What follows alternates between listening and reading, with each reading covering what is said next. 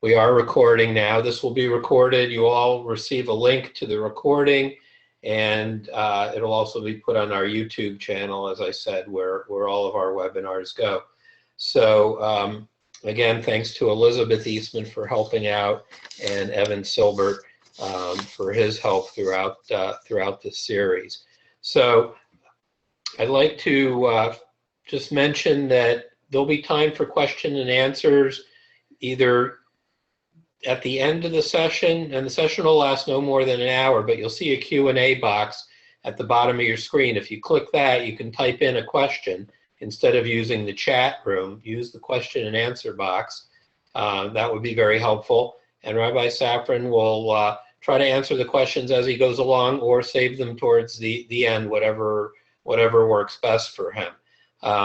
So let me introduce Rabbi Chaim Safren, who's the head of the Calgary Community Kollel, where he teaches Mussar, among other things. He spent many summers studying Mussar in the Novardok Yeshiva in France.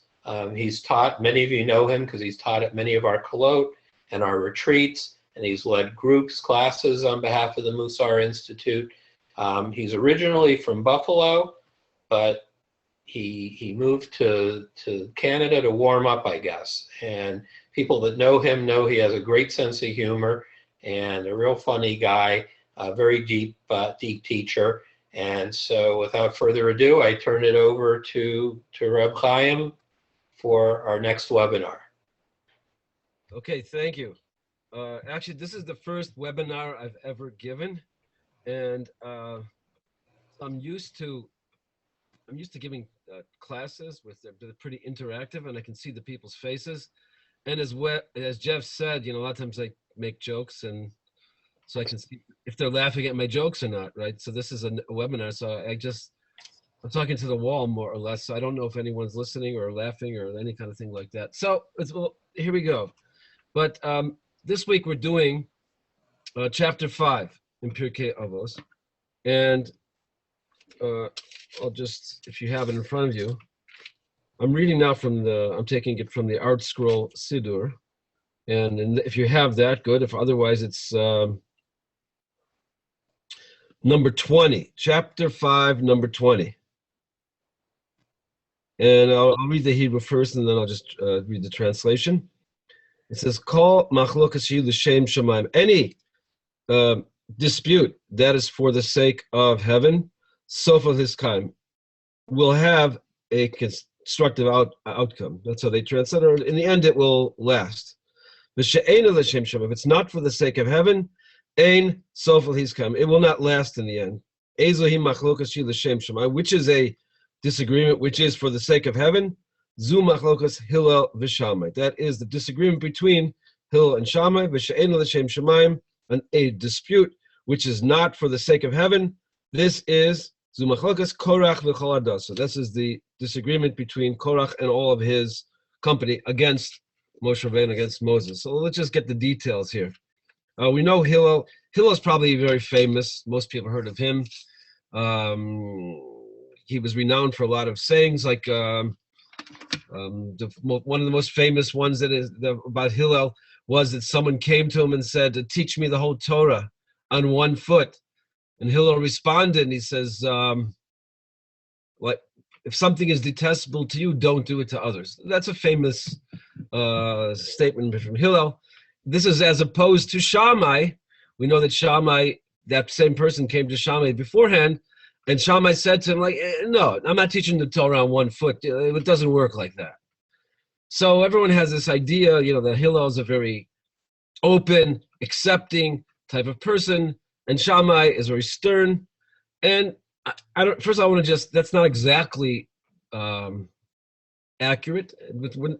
That was Shammai's religious position. And on a personal level, in fact, we found earlier in the first chapter of Pirkei Avot that Shammai is the one that encourages people. He says, you should, it's called Adam B'Sever Panim Yafas.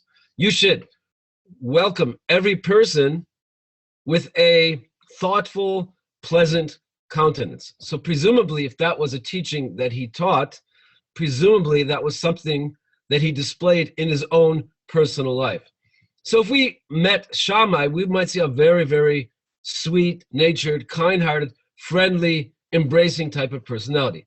Nevertheless, he had a position when it came to Torah, which he felt was the correct position, and he followed that position. And Hillel had his position.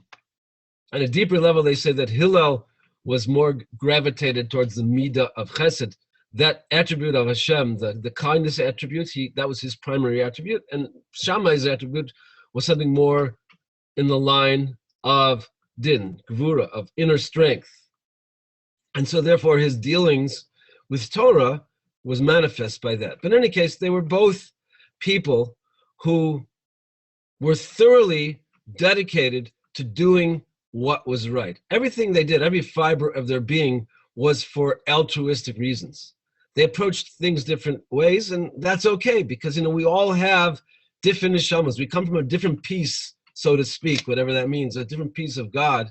We all have different neshamas, and we tend to, some people have an affinity one way, some people have an affinity another way, but there's many pathways to God. And Hillel and Shammai, each one had his pathway to God.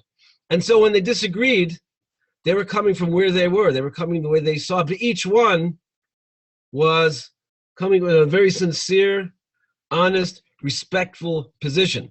So although maybe in the halls of the yeshiva, they would argue tenaciously against each other. And that's the way Jews are, by the way. Jews have a very strong, they have a very strong drive. We tend to be a very argumentative people, but that's because we have a passion for truth. So that was in the halls of the study hall of the yeshiva. But on a personal level, Hillel and Shammai were good friends.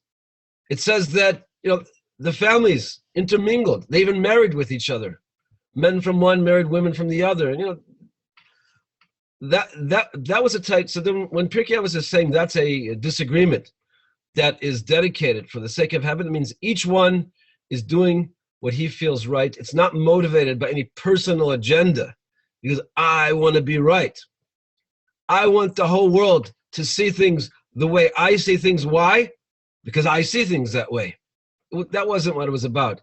Each one did it because he felt this was the right way. And oftentimes we find in the Talmud that in their disagreements, one will state his position, the other will state his position. Each one will put forth his arguments, and sometimes one of them will agree with the other. Because again, if you're motivated by truth, then when someone presents something to you that rings true, so you'll reconsider your position. Like, why not? Isn't that what it's all about? It's all about seeking truth. So I thought this was the truth. You showed me otherwise. I have no problem changing. On the contrary, I want to change, because now that you have shown me what the correct position is, of course I want to change. So that's something that we should all strive for. Two things.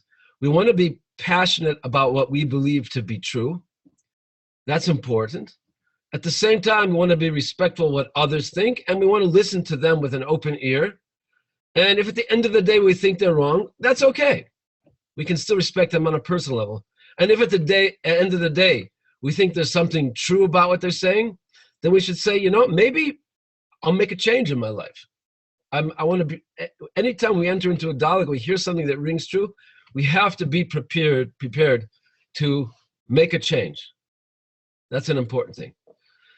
Now, this is as in contrast, as it says here in the Mishnah, to the disagreement between Korach and his contingent with Moses. So just for those of you that may not be so familiar with the story, Korach came, there was two people, Dasan and Aviram. They were rabble-rousers from way back in the Torah. They are people that, way back in Egypt, they were already making problems for Moshe and Aaron, and in general, they were always complaining about things. And there came a point, now, according to the simple reading of the story in the Torah, the rebellion of Korach took place right after the episode with the spies. In other words, the Jews sent out spies. They were in the desert. The plan was that they were supposed to go into the land of Israel, and it wasn't supposed to be that far off in the future when they would enter the land of Israel. They decided that we still have to operate in what seems to be normal ways, the ways of this world. And normally when you want to conquer a land, it's prudent to send out spies to do some reconnaissance and see what's happening over there in order to ascertain what would be a good approach. How should we come into the land? Where should we attack? What should we do here and this and that? All the different details involved in planning an attack. And the spies came back, and unfortunately, they gave a somewhat discouraging report. And again, unfortunately, the people bought into that. And that's a whole discussion unto its own, what exactly was transpiring there. But it was a mistake on the people's part. They should have said, no, look, we've gotten this far. Hashem has helped us. We've seen miracles in Egypt. We've seen miracles in the desert. And we can assume that if this is what Hashem told us he wants us to do, that we can conquer the land. But instead, they took a position of, woe unto us. What are we going to do? We're all going to die. We don't have a chance. There's no hope. And as a result of that, there was a decree that instead of entering into the land of Israel in the near future, you will spend 40 years in the desert. Okay, again, this is a subject that deserves a whole discussion unto its own, but let it suffice that there was a decree. Instead of going into the land very soon, they're going to have to spend 40 years in the desert, and pretty much most of the people from that generation would die, and their children would be the ones entering into the land.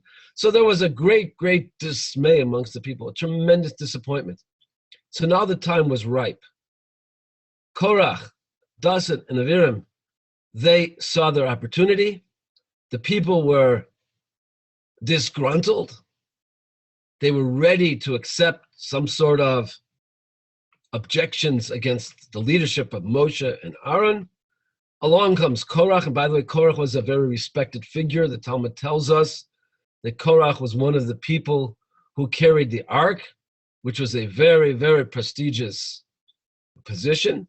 Also, Korach had amassed great wealth, even though we were slaves in Egypt, but he managed somehow, in the process of the whole Exodus, to walk away with a lot of money. So, he was a very respected individual. And although Dasan and Aviram were troublemakers, but they kind of said, we have our man here. If no one will listen to us because we're troublemakers. But Korach is a respected man. And he came and he said to the people, he rallied the cause. He said, why does Moshe take all the power for himself? He's usurping everything for himself. We all stood at Mount Sinai. We all heard God talk. We all experienced the miracles in Egypt. Each and every one of us is precious. And yet, Moshe takes the reins himself. Who does he make the Kohen Gadol, the high priest, his brother Aaron? Who does he appoint to other positions? All within his family. Nepotism. We're all special. We're all holy. And when Korach presented this position to the people, he found that he had a receptive ear. And so many people rallied behind him. And then he came to Moshe. Moshe, just to make the story short, he said, okay, come back tomorrow. We'll see what happens. And they came back. He said, bring your censer pans, put coals in them, put incense on them. Aaron will come. We'll see what happens. And lo and behold, two things happened. There was a fire that came down, the story tells us, and killed most of the people there. And some of the people, the earth opened up and swallowed them. More or less effectively ending the dispute. Although if you read the story, it wasn't quite over just yet. Okay, so we don't want to spend a lot of time in exactly what transpired there. What we want to focus in is what the Pirkei Avot is talking about, that the disagreement of Korach and his clan against Moshe was not l'shem shema. It was motivated by a whole agenda. It was not motivated by pure altruistic, selfless motivations. Rather, there was something selfish involved in that. So in order to understand this, I want to read to you from Mesilas Yesharim, Path of the Just. It's right here. I happen to have here the Feldheim edition. So if some of you have it handy, you can just follow along. It's in this is the Feldheim edition, Path of the Just, and it's by Moshe Chaim Lutzato, translated by Rabbi Yosef Liebler. And I am reading, I'll just read the English straight, more or less. It's on page 87, if you want to follow. So, Rabbi Lutzato is going through the second section called Nikios, which is cleanliness. And when we say the word cleanliness, he's not talking about wearing clean clothes or taking a shower. He's talking about spiritual cleanliness in his midos, that they should be clean, that they shouldn't be tainted. So he goes through a whole long list of things, not just midos, but actions that a person has to purify. And now he's on to something which the desire for honor. So he says here, after having spoken about how people have a strong drive for money, and we know that's true, as especially in North America, there's a very powerful drive for money. But he says, worse than this, worse than the desire for money, is the desire for honor.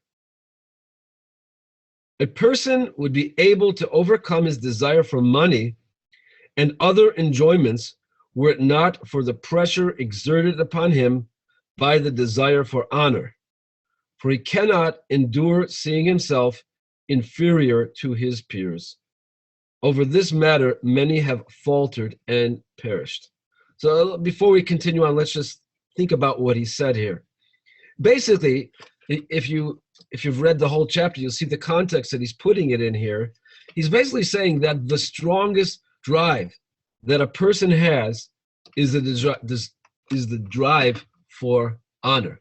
Now, some of you know that I spent many summers, as Jeff mentioned, I spent many summers in the yeshiva in France called the Navardic Yeshiva. Many of you have heard of Navardic. It was one of the primary schools of Mussar back in Europe.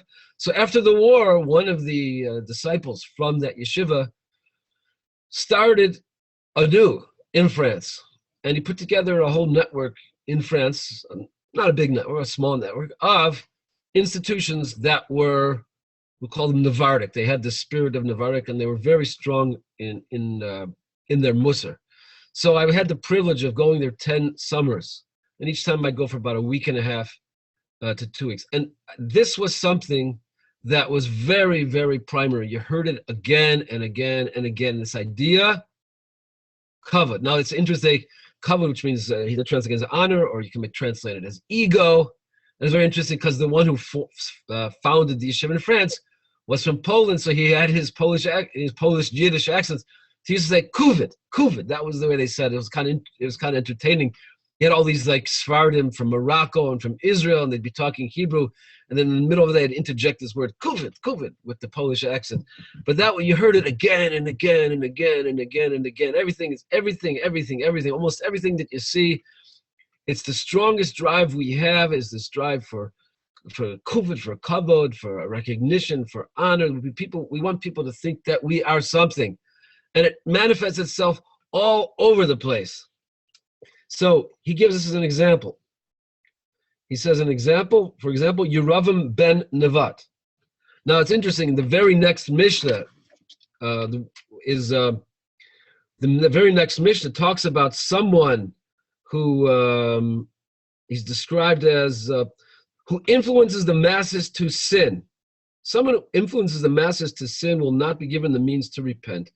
And when the Mishnah says, who is that person that personifies this? It's this person, Yeravam ben Nevat. So again, the story is like this, just to give you the background. So you had Shlomo HaMelech, King Solomon. So after he passed away, his son, Rechavam, I think in English it's Rehoboam or something like that. So, but Rehoboam is a funny name, so we'll just call him Rechavam. So Rechavam became the king.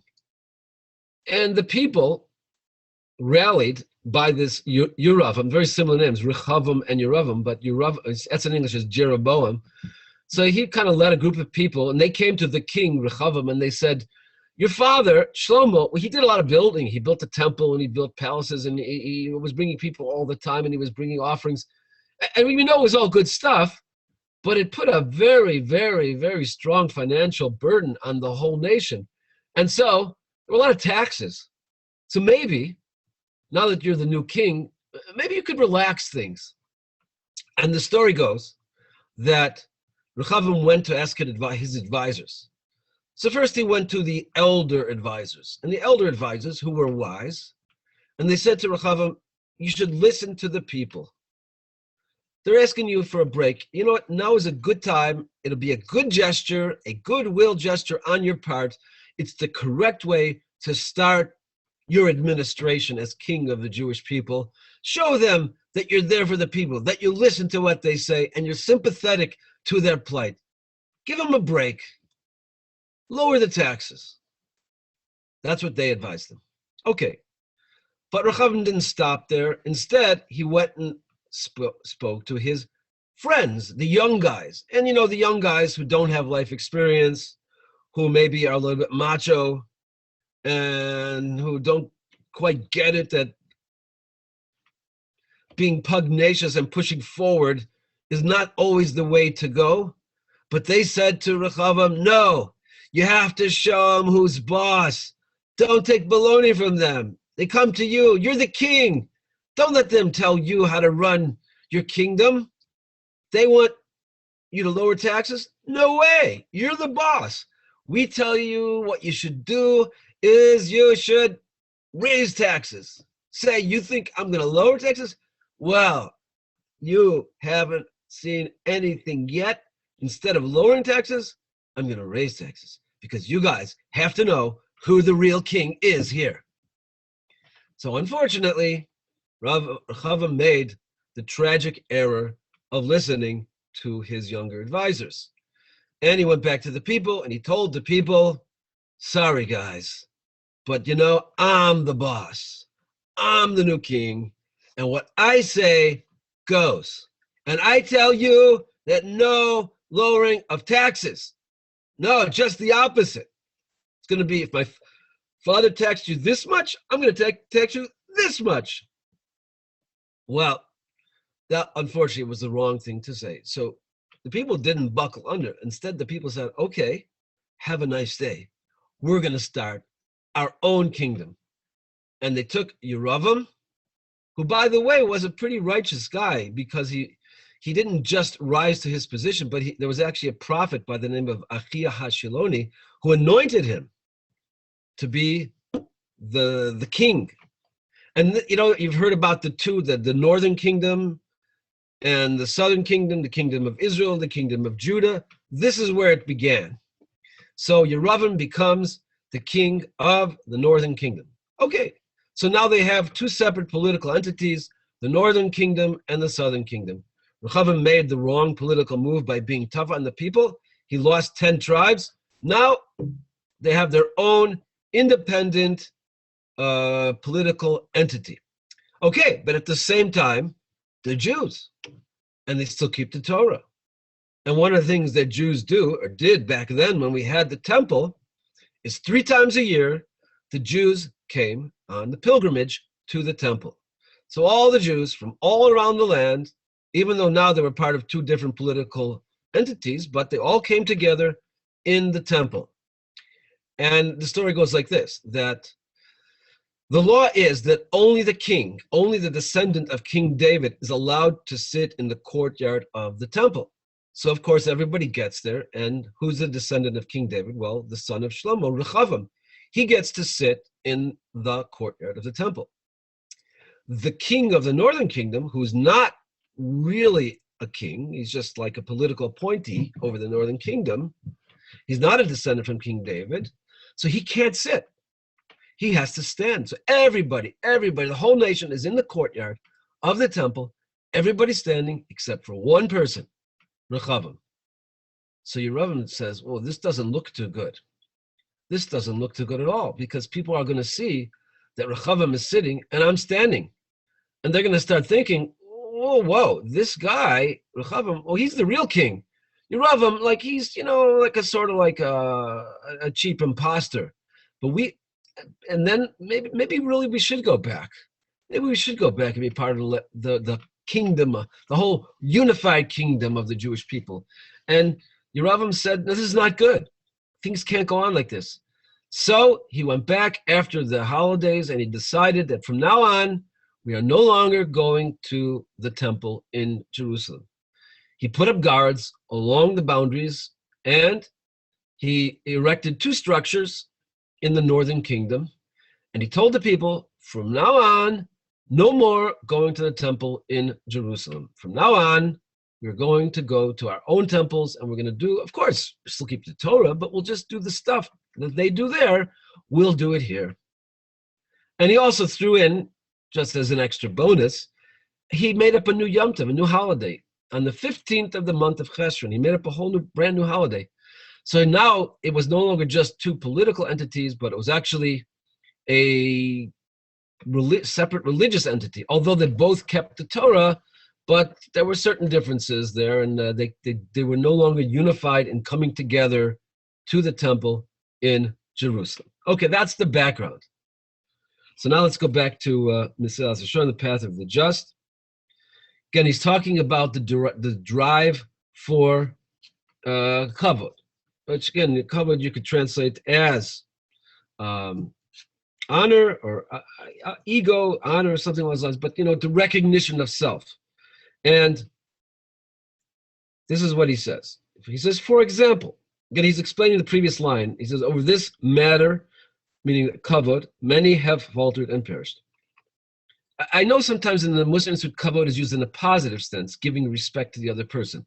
That's true, but here he's using it in the negative sense, seeking recognition for oneself. So when we use the word kavod here, we're talking in the negative sense, that I want recognition from others. It's a selfish type of thing, motivated by ego. So he says, here's an example of someone who has faltered. Yeravam ben Nevat, he was barred from the world to come only because of his desire for honor.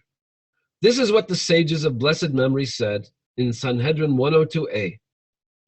So in other words, when you read the story in the Bible, you may not understand what really was motivating him, but our sages are giving us a little deeper understanding into the story. And they're telling us, you know what motivated him? This is what motivated him. Honor, kavod. So here's what it says in the Gemara, the quote. The Holy One, blessed be he, grabbed him, Yeravam, by his garment. Again, we're talking metaphorically here. The Holy One doesn't grab people, but we're talking, he says he grabbed him by his garment and said to him, repent. And I, namely God, and you, Yeravam, and Ben Yishai, that's King David, will walk in Gan Eden, the Garden of Eden. So that's a good deal. It's like in some way, God appeared to Yeravam and said, Yeravam, you're doing the wrong thing. You're doing the wrong thing. You have to change. But if you do, you change your ways, you just let go of what you did, then we'll all walk together in the Garden of Eden. So the Gemara expresses his response. And again, I don't know if this actually took place, if there was actually such a dialogue. That doesn't really matter. The Gemara is speaking in a way of expressing what was going on in the inner world of Yeravam. But it's easier to capture it when they talk about it in a dialogue form. So what does he respond? He says, Yeravam said to him, who goes first? Okay, you want me to do tshuva? You want me to return? You want to repent? Fine. But when we walk through the Garden of Eden, who goes first? And so God says, Ben Yishai, King David, he'll be in the lead. So then Yeravam said, if that's the case, I am not interested. So again, whether this dialogue actually took place doesn't matter, but it's expressing what was going on inside of Yeravam, that he was so consumed by this desire for kavod. He just wanted that recognition that even when there's a voice within him telling him, you got to change, he said, yeah, but if I change, I still won't be up front, and I want to be up front. So he didn't do it. And that caused his destruction in this world and in the world to come. So then the Mussar continues on, and he gets to Korach. He says, what caused Korach to perish? and along with him, his whole entourage. It was only the desire for honor.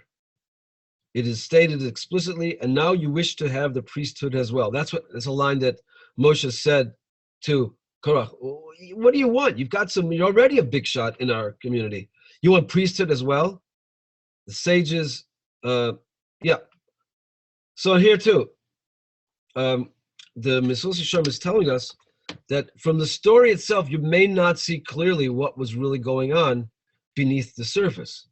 But our sages have enlightened us that really what was motivating Korach was his desire for kavod. He wanted recognition. Now again, had we been there, had we seen what was going on, we wouldn't see Korach get up. Listen, Moshe, I want recognition. I want honor. Look, clearly that's not what Korach said. Korach got up and said, I'm here for the people. I speak for the people. He was a grassroots guy. He says, the people are all special. How could you usurp everything for yourself? That's not right. I'm here to just stick up for them, to defend them. That's what it's all about. Make Israel great again. That's what he wanted to do. At least that's what he said. But our sages tell us that was all a front. What it really was about was his personal kavod. He wanted recognition. He wanted ego. And so, it could very well be, it's hard to know, but it could very well be that he was so consumed by that and he got so bought up in his story, in his narrative, that he got so into that he didn't even realize on himself what was really going on. He may have really thought that he is here on behalf of the people.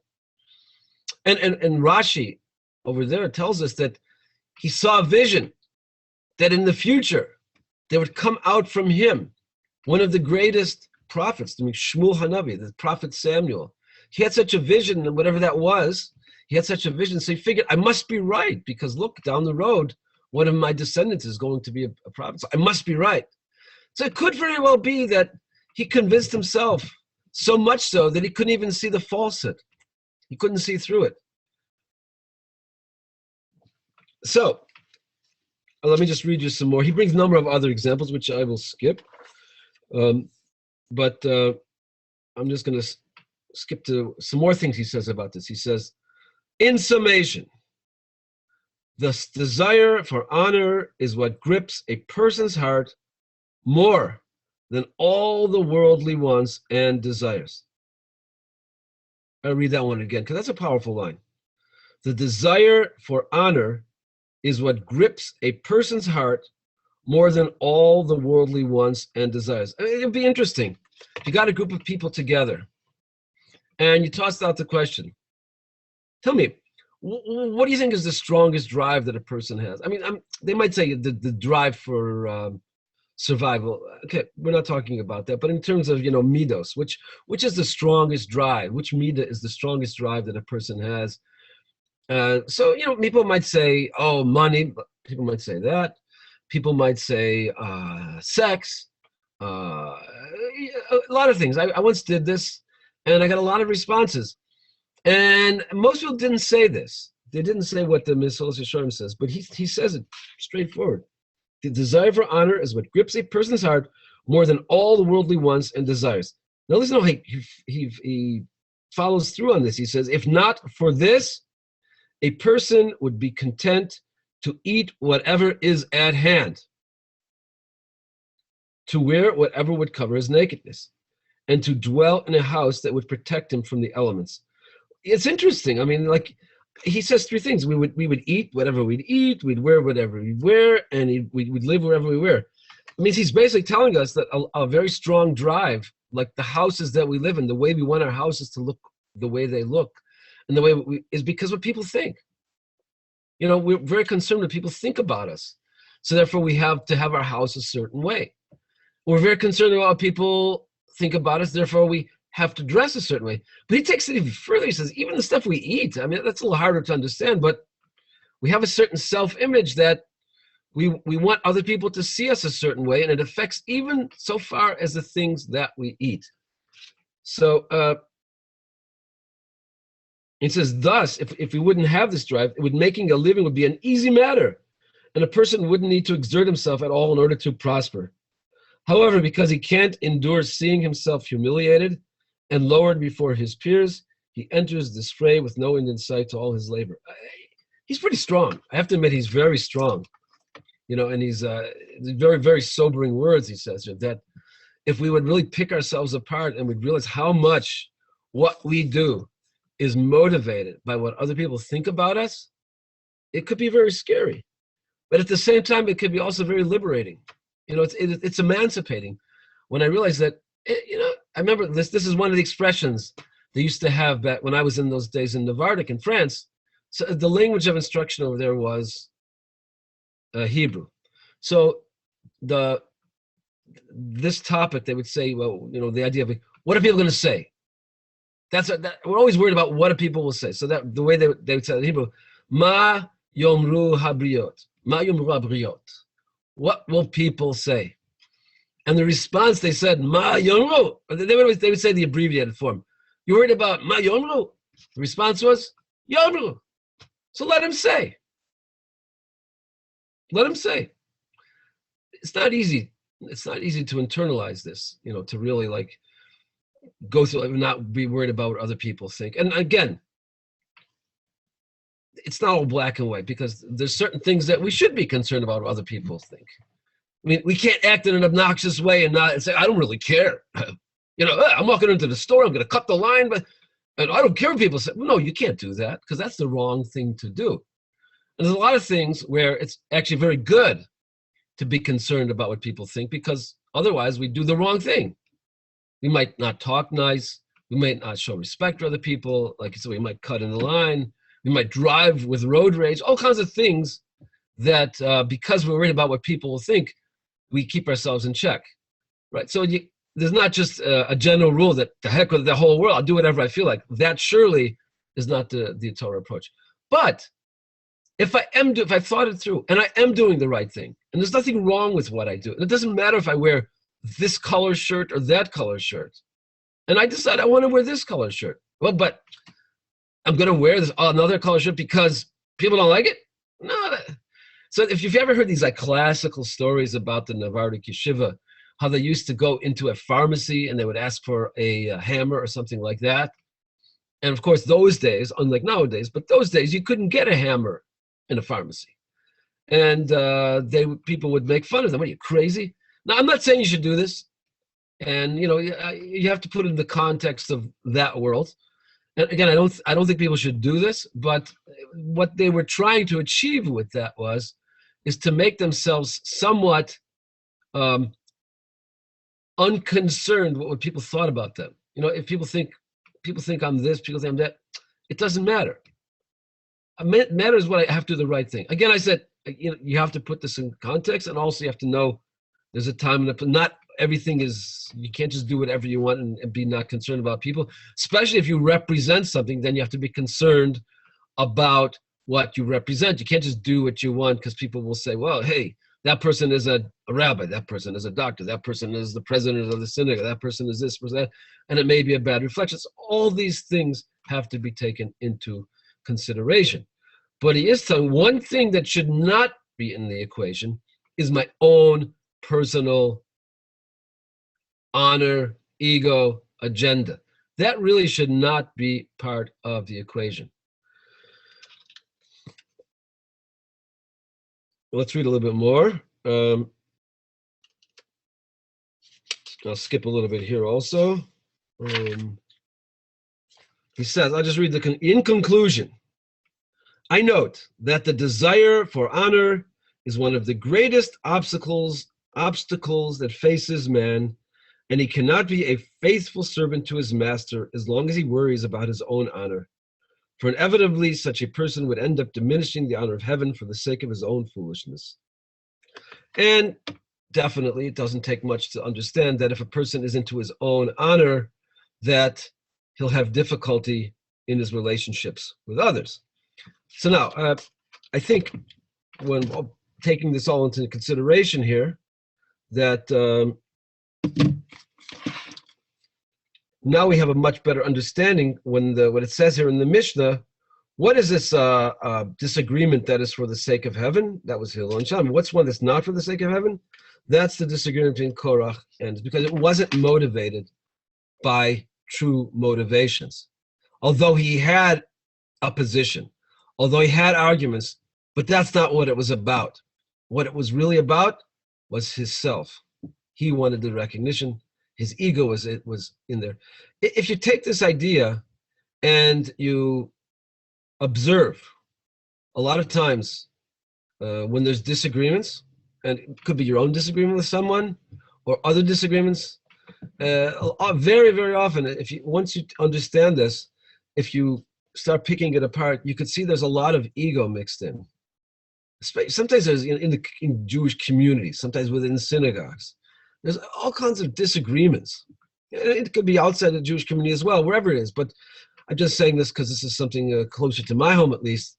A lot of times you find these disagreements, and with this understanding of the Mesilas Yesharim, that it's really about kavod, recognition, my agenda, my ego, that you start to see that, these two people these two factions that are arguing with each other, it's not so clear that they're motivated by, I think it's more about their own self. If they take their self out of it, maybe they could arrive at some sort of compromise. Maybe they could hear what the other person is saying, but they get so angry.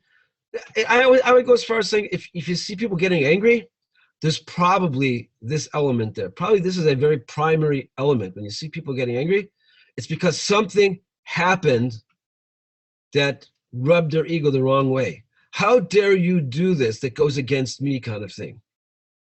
If someone says something that slights me, that really bothers me so much, and I'm ready to lash back. And then that escalates and it turns into a disagreement. In terms of, you take it on the flip side, sometimes you could see, this is one of the exercises we used to do in Navardic, is sometimes you're feeling great. And so you trace, but why am I feeling so good today? Okay, sometimes there's a good reason. Had a good night's sleep. I did something really good. I felt good about it. Those are good reasons. But sometimes it's because someone gave you a compliment. They fed your ego. Now, I'm not saying sometimes you need that to get through life. Not all of us are on the highest level of piety, of holiness. Sometimes we need a little bit of encouragement along the way. And I'm not saying it shouldn't be that way, but sometimes we notice, I'm feeling good today because that guy gave me a compliment, or because I won an argument over somebody else. That's why I'm feeling good. And that's not really a good reason for feeling good. So anyway, once I started becoming more aware of this, and I started looking into myself, it was much easier to see that, whereas before I thought I was doing things maybe for altruistic reasons, I said, no, there's a lot of self-mixing. I'll give it a prime example. Someone's raising his kids. So let's just take an example like this. The father brings his kids to the synagogue, and the kids are acting up a little bit. And he gets so upset, and he reprimands his kids. And someone comes over and says, why are you getting so upset? They're kids. He says, because it's not right. This is a synagogue. They have to be taught to have respect in the synagogue. It's improper the way they're acting. And he can go on and on explaining why what he's doing is the right thing. And then a few weeks later, he's in the synagogue again, and somebody else brings his kids. And his kids are also acting up. Right? And this time, when he sees the other guy's kids, it doesn't bother him. He doesn't care. In fact, when he sees the other guy getting so upset about it, he thinks to himself, like, they're not really that disturbing. They're just making a little bit of noise, and they're the kids. Like, cut them some slack. It's not the end of the world, So wait a minute. Wait. I thought you were so worried about the principle, the decorum of the synagogue, the holiness. Such a place cannot tolerate such improper behavior. No, that's not what it's about. Because if that's what it was about, then it wouldn't matter whose kids were doing it. You'd either be upset or wouldn't be upset. It would be uniform across the board. But I started to see that no, the reason why I'm upset when my kids do it is because it's a reflection on me. And it's a like a stab into my ego. And that's why it bothers me. But when it's someone else's kids, I can see things for what they are, and I say, it's not that important. So again, when I came back and I became more aware of this, I started to see it in so many things, and I've seen it to be true again and again and again. And that again, and it's being that it's the hardest drive. I will tell you this: being, as he says, it's like the hardest drive. That it's also one of the hardest to really get past. Like when someone does something to you that bothers you, to like just overlook it. It's hard, but at least the awareness that it's where it's coming from, and to sift out the personal agenda part and the real issues at hand, the altruistic part, it goes a long way. Okay, I think we'll stop here, and I guess we'll take questions about this. What time is it? It's about 12 minutes to, depending which zone you're in. It's 12 minutes to whatever zone you're in. So what do I do here? I say questions and answers. What do I do? Okay, so, well, thank you, Rabbi Safren. I don't know if you can see the question that was asked. Sherry Weinberger asked, so what is the difference between pride and honor? Okay. Pride and honor. Let's see. What's the difference between pride and honor? I mean, these are English words, of course, so it's hard. I mean, there's I will call it kosher pride, and there's not kosher pride. I mean, we should feel good about doing good things. You know, if I'm doing something good, I should feel good about it. That's, I guess I would call that kosher pride. You had a chance to help someone out, and you put yourself out, and you did it. And you have a right to feel good about that, because you should feel good about that. But once it starts, the pride starts turning into, and therefore, look at me, whoa, I'm awesome kind of thing. Then it starts turning into like this negative honor type of thing. So I say, if the feeling is, I'm feeling good because I did good, or I'm feeling good because there is good, or I'm connected to good, or whatever it is, and I'm feeling good about the good, that's a proper pride. If I'm feeling, if the good is coming because of some ego generated thing, then that's it's running into this area of honor, and that's not such a good thing. I got, oh, it's the same thing. So got that. Okay. Keeps coming up again. Answer live. Okay, so if there's any more questions about what we've covered, we have about 7 or 8 minutes left. If anyone would like to chime in with a question.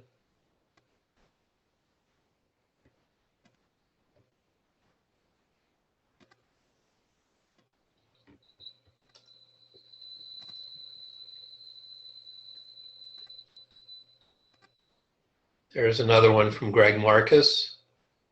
Thank you. Love the example of the parent feeling upset when it is his kids, but not the other, because it reflects poorly on him. In my version of Pirkei Avot, Yitzchak is Mishnah 17, not 20. Okay, got that.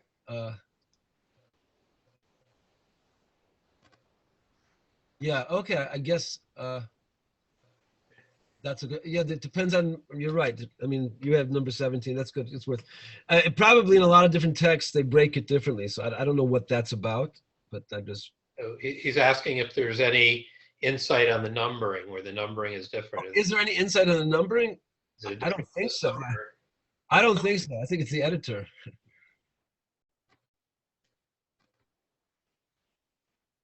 So it's a matter of how the editor divides it up.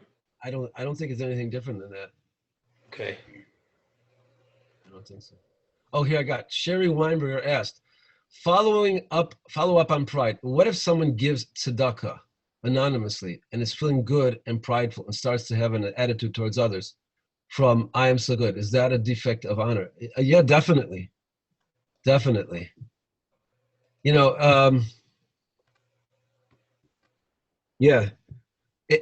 If someone is giving tzedakah and feeling good for giving tzedakah, he should be feeling good because he's done something that's going to help people, right? But once he feels like once it starts having attitude towards others, that means he's already starting being judgmental. I'm better than others because I gave this tzedakah. That's not kosher. That's not kosher at all. And not only that, he should be happy when other people give tzedakah, and even if they get more recognition than he does, because sometimes people get the names written up there. By the way, just as a practical point of view, so from the perspective of honor, you really shouldn't want your name. They shouldn't announce your name. So-and-so gave $1,000. You shouldn't do that. But I would say there, you should be, so before you do it anonymously, I'll just tell you this, that sometimes it's worth that they say your name because it'll help them, because other people will say, oh, look, she gave this money. Oh, maybe I should give money like that too. It creates a peer pressure. So you should put that into the equation. Although from a perspective of honor, it would be nice to just do it anonymously, not get any recognition for that. But at the end of the day, the goal is to maximize the tzedakah. So if by letting them use your name, it will maximize the tzedakah, you may have to let them do that. And as far as the honor, well, you learn more Mussar to try not to let it get to your head, kind of thing. It shouldn't affect you. You shouldn't feel ego about it. But I mean, to just say, oh, don't say my name, and as a result of that, it might affect the giving of others. So you can't be pious at the expense of the tzedakah. That's just something worth keeping in mind. But in general, if it won't make a difference, then you don't look for the recognition and be happy when other people get it. That's what we got here. If we notice this tendency in ourselves, do you have a practice to suggest to balance the midah? Yeah, let's see. Well, I mean, the Mesilas Yesharim, one of the things that he does advise in other places is to give honor to others. Now, if you feel that you're concerned about honor, is to give honor to others. Like just don't get. First of all, I tell you a practical suggestion. Sometimes people say, "Oh, you really did a good job," and so sometimes we want to be humble about it, so we say, "No, it wasn't really that great." And they say, "No, it really was special." I don't know, maybe it was. No, it was fantastic. The way you did that. And what ends up happening? They end up complimenting you for 5 minutes. So in your great quest to be humble, you end up evoking a lot of positive responses. So I would say one simple way, when someone gives you a compliment, you just say thank you and change the subject. That's a pretty safe response, and it just gets the attention off of yourself. So again, a practical way is when you start feeling that is to give honor to others. Just be focused on moving outward. It's not about me. I want to give honor to others. I want to appreciate them for what they are, that kind of thing. And then of course learning Mussar helps. These are not things that you get in they take time. Let's see, we got it. Judith Golden. So the positive midah of kavod is about giving honor to others. The problematic midah of honor is being hungry for it ourselves. This sounds like it would create a problem for the person that you're trying to give positive honor to. Can you comment on how to receive honor with humility when we're doing something without being tainted? Let's read it again. If the positive midah of kavod is about giving honor to others, the problematic midah of honor is being hungry for it ourselves. This sounds like it would create a problem for the person that you're trying to give positive. Okay. Can you comment on how to receive honor with humility when you are doing something without being tainted by hunger for recognition? Yeah, again, so I said one thing is, you just say thank you. Okay, but you're right. But I'll just say another thought on the matter is that you say thank you, and you could also, if you want to say a prayer, thank you, Hashem, for giving me the opportunity to do this. That could also something under your breath kind of thing. Or you could say to yourself, I'm fortunate that I was able to do this. There's things along those lines that I was fortunate that I was given the opportunity to do. Is fortunate that I was bestowed with the whatever to do. Things like that. I guess you could say those as well. But I think the thank you and just getting off the subject is a good way to go. Okay. Okay.